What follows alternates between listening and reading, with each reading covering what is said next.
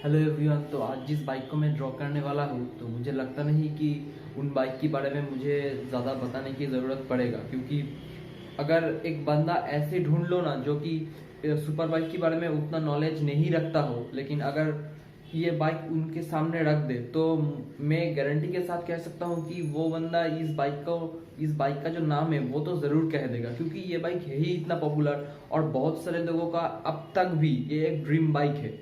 जो कि अगर सेकेंड हैंड कोई अच्छा कंडीशन में बाइक मिल जाए, सेकेंड या थर्ड हैंड, वो भी लोग परचेस कर लेता है, क्योंकि ये बाइक का क्रेज है ही इतना।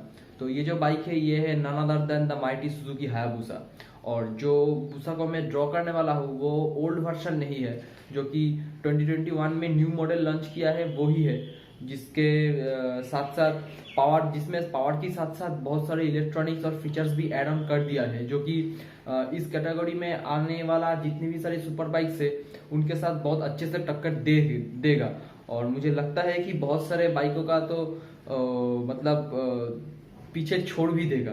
तो वो ही बाइक में ड्रॉ करने वाला हूँ। तो उम्मीद करता हूँ कि जो ड्राइंग है वो आप लोगों को अच्छा लगेगा, तो वीडियो एंड तक जरूर देखना। तो hello guys, welcome to my channel. मैं हूँ रुद्रो और आप देख रहे हैं रुद्रो आर्ट्स यूट्यूब चैनल।